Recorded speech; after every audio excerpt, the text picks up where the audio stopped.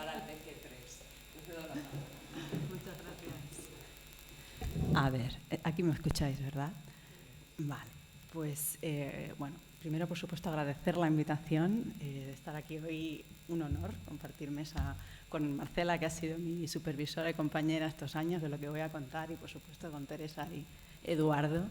He seguido vuestra hazaña muy de cerca y me disculpo también por haberos cortado porque tengo a la familia allí al fondo y salimos de vacaciones en un rato, así que bueno, voy a iniciar. Igual también acorto un poquito la presentación para que tengamos un ratito de charla, porque vamos un poco tarde, ¿vale? A ver, no, espera, voy a coger la otra. Vale, entonces, a mí se me pidió que hablara desde la mirada de la comunicación científica, ¿vale?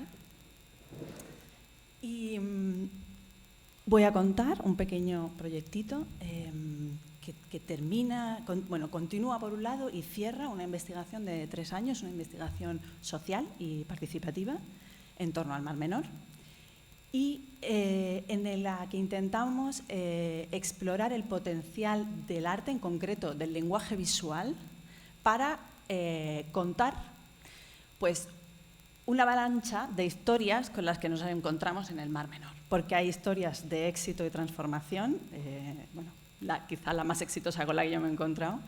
También hay muchas historias de dolor, de pérdida. También hay muchas historias de conflicto, de tensión social. Y nos pareció que los artículos científicos eran francamente insuficientes para transmitir todo esto. Entonces dijimos, bueno, pues vamos a ver qué podemos hacer. Conseguimos financiación de la Universidad de Leeds y montamos un equipo con 5 investigadoras y un artista que se llama Josune Urrutia, que es de Bilbao, a lo mejor algunos la conocéis, es la que está en el centro. Y bueno, pues nos pusimos a explorar cómo comunicarnos entre nosotras, entre artistas e investigadoras, primero de todo. Contaros un poquito lo que os acabo de decir, que yo llegué al Mar Menor en 2021. Muy poco después fue el segundo evento de anoxia y peces muertos. La situación era verdaderamente dramática. Allí conocí a Paula, que fue mi principal compañera, y como las dos veníamos de fuera, decidimos, pues primero de todo, intentar comprender qué era lo que pasaba allí. Nos pasamos un año haciendo una investigación social. Con Marcela analizamos las controversias en el debate público, en los medios de comunicación, en los informes de actores sociales y de académicos. Con Paula analizamos las historias de vida de las personas en el territorio, desde la misma laguna, los pescadores, las personas del sector turismo, los activistas, las activistas, hasta el campo de Cartagena, agricultores, agricultoras de a pie que también lo viven con mucha dureza, porque lo que les pasa a los agricultores es que como el sector agrario no ha reaccionado bien a verse señalado como el principal causante de lo que le está pasando a la laguna, y bueno, pues ha montado toda una contranarrativa, pero claro, eso cala a los agricultores que son de allí, que se han criado en la laguna y que la aman también. Entonces, como que, bueno, me encontramos un conflicto interior entre amar la laguna y sentirse señalado, culpabilizado. Bien, todo esto ya hicimos un primer experimento de colaboración arte-ciencia que con todas las historias vivas construimos un relato que lo llamamos un relato colectivo, trenzando todas las historias. Es un relato que está online, se puede leer, se puede escuchar. Trabajamos con un artista que hace podcast y bueno, le dimos este formato gráfico. Todo lo que estoy contando está en la web del proyecto de Shared Dialogues. Y a partir de ahí nos planteamos ¿qué hacemos? O sea, ¿qué hacemos en este contexto? Queríamos hacer algo participativo, le dimos muchas vueltas y al final nos decidimos por intentar montar un grupo de personas de todo ese territorio que quisiera reunirse juntas. Agricultores y agricultoras no hubo, por desgracia, pescadores, sector turismo, profesores de la universidad. Bueno, en total fueron 12 personas. de 18 que invitamos, y estuvimos un año recorriéndonos y entrando a los puntos más tensos del debate que había en ese momento en el Mar Menor, y tratando siempre de trabajar como a dos niveles. Uno, el conocimiento científico-técnico, lo que se sabe, lo que no se sabe, dónde están los puntos ahí de confusión, y los afectos. Cómo eso que él está diciendo te está afectando a ti en este momento y cuál es tu reacción, porque eso que se da ahí en lo pequeño se da también en lo grande. Bueno, eso, en realidad la charla no va de eso, pero decir que para mí es una historia de éxito, aunque ha sido un experimento de laboratorio social, porque hemos conseguido entendernos bastante bien y llegar a un lugar diferente del que partimos. Bueno, pues al final dijimos, ¿y ahora qué hacemos con todo esto? Pues iniciamos esta exploración arte-ciencia con Yosune, y bueno, ya el spoiler es que hemos llegado a esta pequeña publicación que se llama Ecotono, que está en nuestra web, que cuenta un total de 23 relatos visuales. Entonces ahora voy a contar un poquito cómo ha sido el proceso. Bueno, yo no tengo ni idea de arte, fue como mi primera experiencia de este tipo. Marcela sí que nos traía un poco más de bagaje. Bueno, hemos hablado, también esto es la primera vez que lo cuento, o sea que tampoco lo tengo muy elaborado, pero que esto quizás ha sido un lenguaje de traducción, un proceso de traducción entre distintos lenguajes que estaban ahí en juego, ¿no? El nuestro académico, el artístico, el emocional, que ha estado muy presente en todo el proceso, y de los y las actores locales con las que hemos estado interaccionando. ¿Cómo juntar todo eso? Bueno, pues creo que hubo varios momentos de traducción. Primero, de un montón de datos que teníamos nosotras, de entrevistas, talleres, ¿no?, a unos guiones estructurados muy sintéticos de las historias.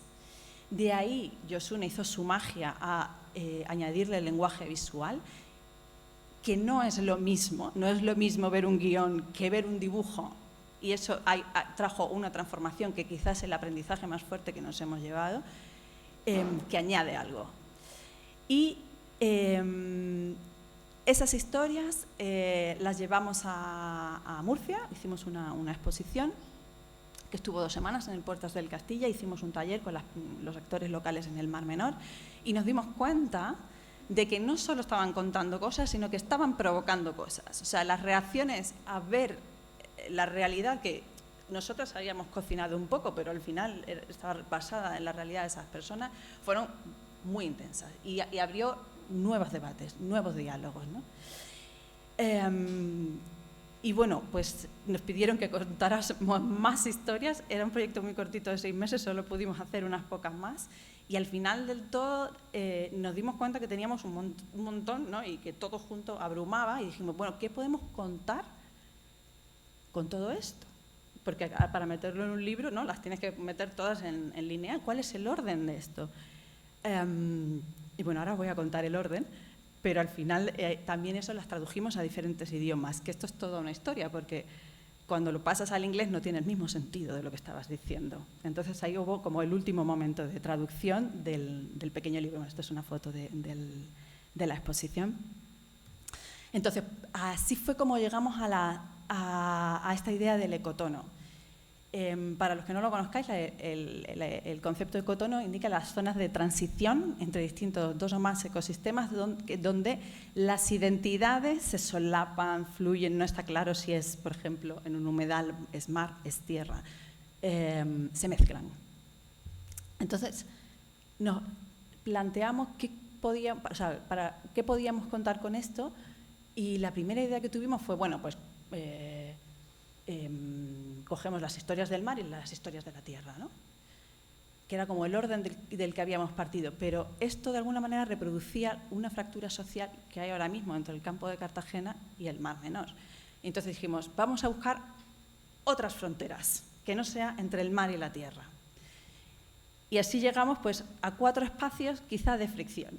Uno, que todos habitan en la tierra y en el océano, y ahí contamos distintas historias sobre gente que tiene algo que decir, pero que su voz no está normalmente visibilizada. Esta es la historia de un pescador, que para los que no los conozcáis, la pesca en el Mar Menor es una pesca tradicional, con artes fijas, sostenible y muy poco conocida, y que ha sufrido mucho, y que tienen un problema de relevo generacional importante. El segundo ecotono es las contradicciones, los conflictos. Y cómo la gente lo vive en su día a día, porque todos lo viven, todo el mundo tiene conversaciones sobre lo que está pasando, sobre si la agricultura sí o la agricultura no, qué pasa con las aguas residuales, qué pasa con las administraciones públicas que no han hecho nada, o si han hecho algo, pero si hacen algo no es muy efectivo. Esto está muy presente en los debates. Bueno, pues este fue como el segundo ecotono, todos estamos hablando del conflicto. El tercero fueron los sentires. Y aquí hay varias historias que hablan de emociones, de acción colectiva y también de dificultades para movilizarse, por ejemplo, de las personas migrantes, que es otra realidad muy invisibilizada en el Mar Menor, porque hay mucha gente que viene de otros países que ha venido allí para trabajar en la agricultura, que se ha traído a su familia y que, bueno, algunas no pueden participar en las manifestaciones porque no tienen un NIE. Estas son historias con las que también nos encontramos, ¿no? Y ya para terminar, pues recogimos algunos de los diálogos que habíamos tenido en los que mostramos que es posible llegar a entendimientos entre posiciones que en principio están confrontadas, más dejo esta última, bueno, esta es una conversación que tuvimos entre las investigadoras sobre cómo representar a la laguna, y bueno, la traigo ahí un poco en honor a Teresa y Eduardo, que estuvimos hablando precisamente de que todas y todos son representantes y voz de la laguna. El Mar Menor no es una masa de agua, el Mar Menor es un nexo de unión entre todas las personas que allí habitan y muchas otras que estamos aquí y que estamos en otras partes y que han firmado en la ILP, ¿no? Eso es lo que la hace tan poderosa. A modo de cierre, y así muy preliminar, porque como os he dicho no lo tengo muy analizado, pero bueno, creo que las historias hablan, pero también movilizan, tienen agencia, dolieron muchas de las historias que mostramos y la gente reaccionó mal, porque dicen, son derrotistas, nos decían, ¿no? Para mí la reflexión principal es que el contar de la ciencia, o sea, lo que nosotros hemos tomado muchas decisiones sobre cómo contar esto. La comunicación científica no es para nada algo neutral y tenemos mucha responsabilidad como investigadoras en decidir qué es lo que queremos contar, porque esto tiene una influencia en el mundo. Y cómo puedes hacer que eso que cuentas sea, por ejemplo, para la paz y no para otras cosas. Y bueno, que el arte, creo que en nuestro caso añade y crea nuevo conocimiento, no es solo para contar, es performativo. Bueno, creo que hasta aquí.